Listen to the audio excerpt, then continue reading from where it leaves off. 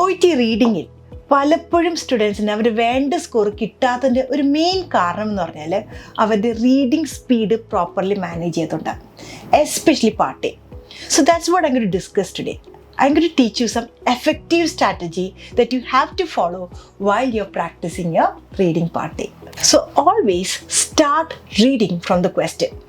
നമ്മൾ ക്വസ്റ്റ്യനിൽ നിന്ന് വായിക്കുമ്പം we can understand on what kind of information you're focusing on.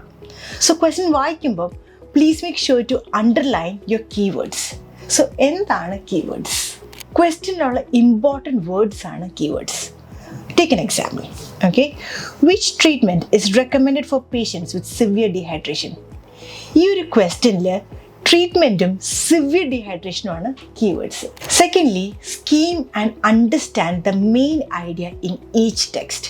Now, OET reading പാർട്ടിൽ each text has a main function. അതായത് ഓരോരോ ടെക്സ്റ്റിൽ ഒരു മെയിൻ ഇൻഫോർമേഷൻ ബേസ്ഡ് ആയിരിക്കും ആ ടെക്സ്റ്റ് കൊടുത്തിരിക്കുന്നത്. ഫോർ എക്സാമ്പിൾ, ടെക്സ്റ്റ് എയിൽ മിക്കവാറും ഡെഫിനിഷൻ, ഡിസ്ക്രിപ്ഷൻ, ബാക്ക്ഗ്രൗണ്ട് ഇങ്ങനത്തെ ഇൻഫോർമേഷൻസ് ആയിരിക്കും ഫോക്കസ് ചെയ്യുന്നത്.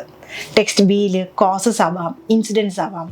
ടെക്സ്റ്റ് സിയിൽ സിംറ്റംസ്, കോംപ്ലിക്കേഷൻസ് അല്ലെങ്കിൽ മോണിറ്ററിങ്. ആൻഡ് ടെക്സ്റ്റ് ഡിയിൽ ട്രീറ്റ്മെൻറ്റ് അല്ലെങ്കിൽ പ്രൊസീജിയേഴ്സ്. സോ ഇങ്ങനെ ഈച്ച് ആൻഡ് എവറി ടെക്സ്റ്റിന് ഒരു സ്പെസിഫിക് ഇൻഫോർമേഷൻ റിലേറ്റഡ് ആയിരിക്കും. And usually 4 text will be connected. So ഇത് നമ്മൾ ആദ്യമേ തന്നെ മനസ്സിലാക്കുകയാണെങ്കിൽ നമുക്ക് ഇൻഫോർമേഷൻ ലൊക്കേറ്റ് ചെയ്യാൻ വളരെ എളുപ്പമായിരിക്കും. Next, do not read the whole text but scan. ഇപ്പം എന്താണ് ഇവിടെ നിങ്ങളുടെ ടെക്സ്റ്റിൽ നിങ്ങൾ സ്കിമ്മിങ് കഴിഞ്ഞ് കഴിഞ്ഞാൽ ടോപ്പ് ടു ബോട്ടം നിങ്ങളുടെ കണ്ണ് പെട്ടെന്ന് ഓടിക്കണം. You are try to locate the words you have seen in the ക്വസ്റ്റ്യനിൽ കണ്ട വേർഡ്സോ അല്ലെങ്കിൽ അതിന് സിമിലർ മീനിങ് ഉള്ള വേർഡ്സ് ടെക്സ്റ്റിൽ നമ്മൾ കണ്ടെത്താനാണ് ശ്രമിക്കുന്നത്. അല്ലാണ്ട് അൺനെസസറി ഒരു ഇൻഫോർമേഷനും നിങ്ങൾ വായിക്കരുത്.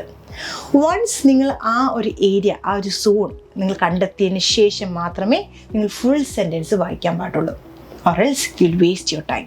അടുത്തതായിട്ട് നിങ്ങൾ ശ്രദ്ധിക്കേണ്ടത്, you should look for the meaning, not always for the same words.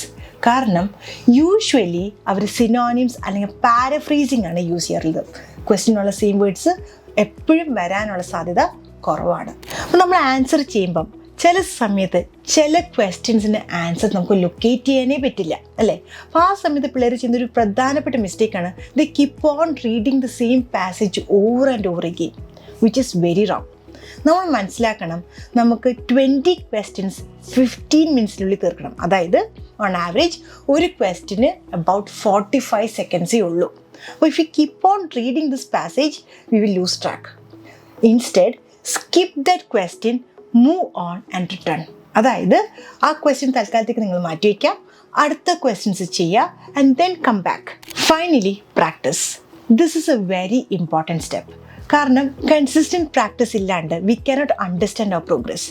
Preferably ഒരു ക്വാളിഫൈഡ് ആയിട്ടുള്ള OET ട്രെയിനർ ഉണ്ടെങ്കിൽ they are going to help you. They will help you to understand what is your problem and how to improve it.